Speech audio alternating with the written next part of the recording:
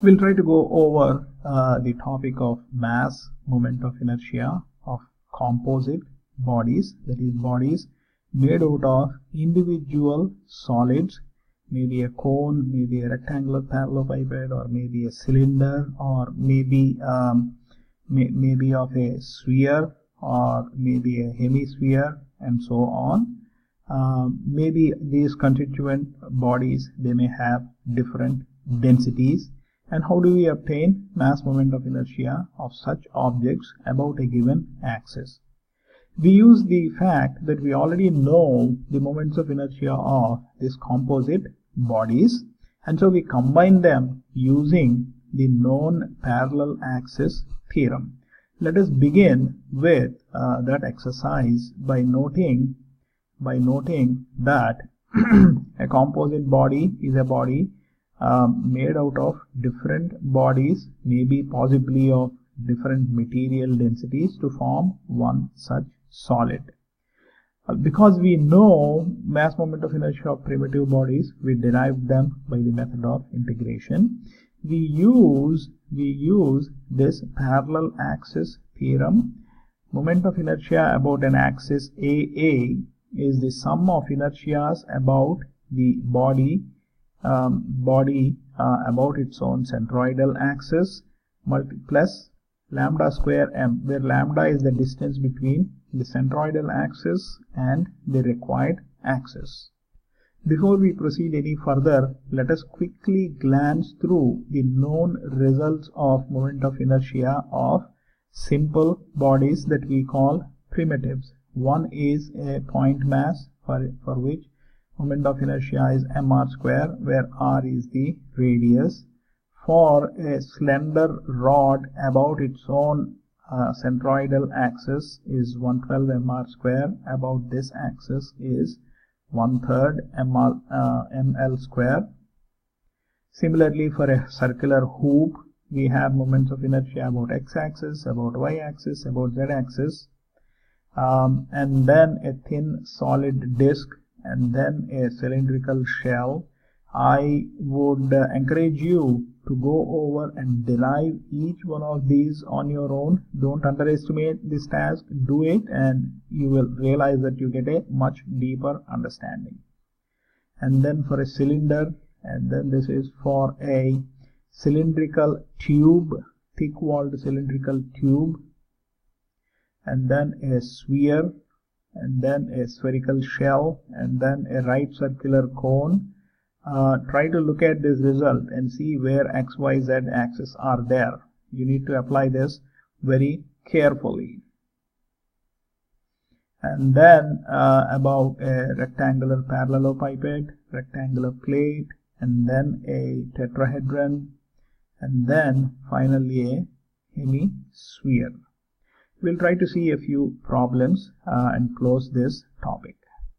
We'll see two examples to illustrate this concept.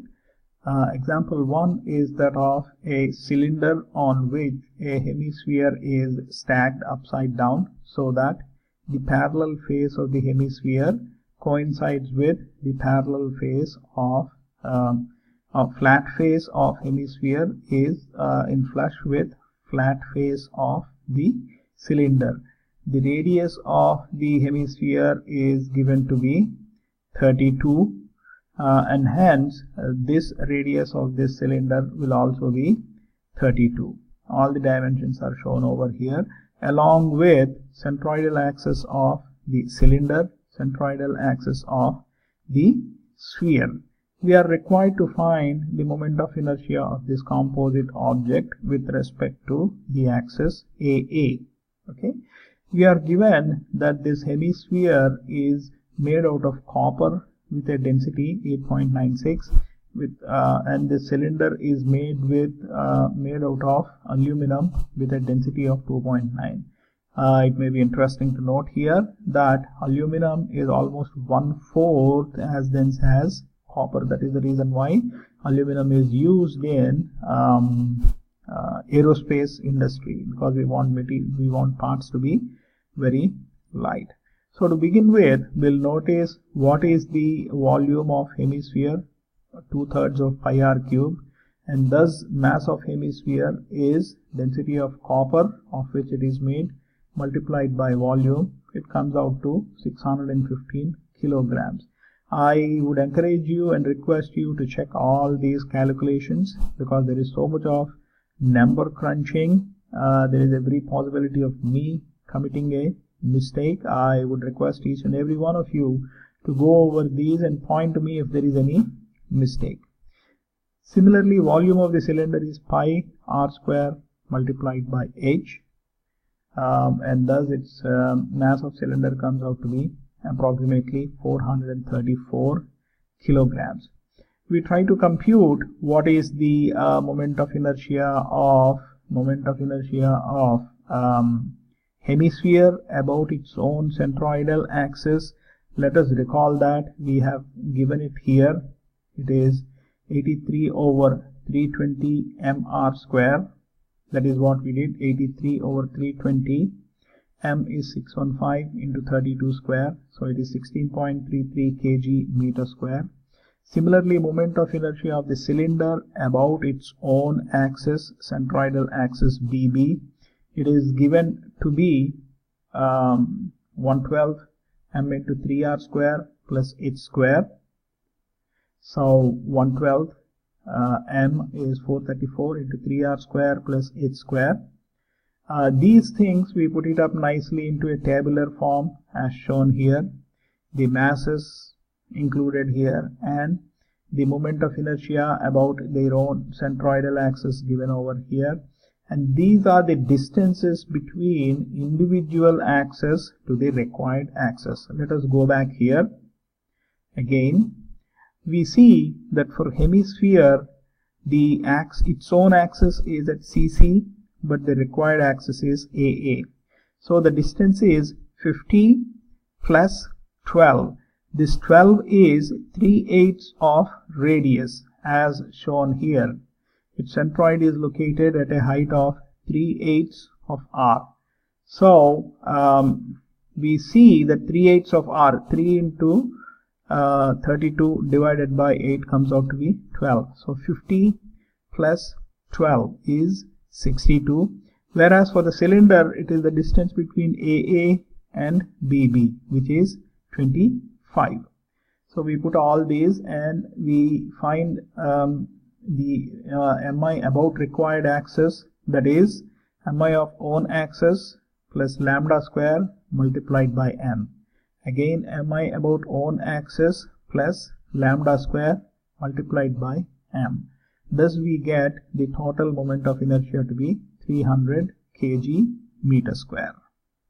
The second example is that of a composite solid made out of a cylinder and a cone. Both of them are made out of same material having 7.85 megagrams per meter cube. We need to find out its mass moment of inertia about z axis. This is x, this is y, and this is z axis. I've intentionally left out all the details and I'm giving the final tabular form here. I would encourage you to go over each element in this table. For example, this 55.5 kgs of mass for the cone. For the cone, volume is 1/3 pi r square h multiplied by density, you get its mass. Similarly for cylinder, pi r square h multiplied by its density, you get this mass. For the cone, you have a formula. For a cylinder, you have a formula for moment of inertia. Carefully note down the axis about which you are finding the moment of inertia. Then because it is z-axis, both lambdas are 0, and thus you get the total inertia to be this. I would encourage you to compute all these on your own and verify they are correct. If you think they are incorrect, which is possible, I might have made a mistake, in which case I would encourage you and request you to bring it up to me. With this, the topic of centroid, theorems of Pappus and Guldinus, area moment of inertia and mass moment of inertia consisting of unit 3 of your syllabus is complete. And I think we did this in about 16 lessons, from lesson number 35 to lesson number 51. I would encourage you to look at that, to watch these videos from 35 to 51 with a quick succession, not with lot of gap, maybe half-day gap or 2-3 hours gap in between them. Try to work out each problem on your own and try to see if you got all the problems right. We'll start the next lesson, that is lesson on kinematics, followed by introduction to dynamics, followed by work energy principle, followed by impulse momentum.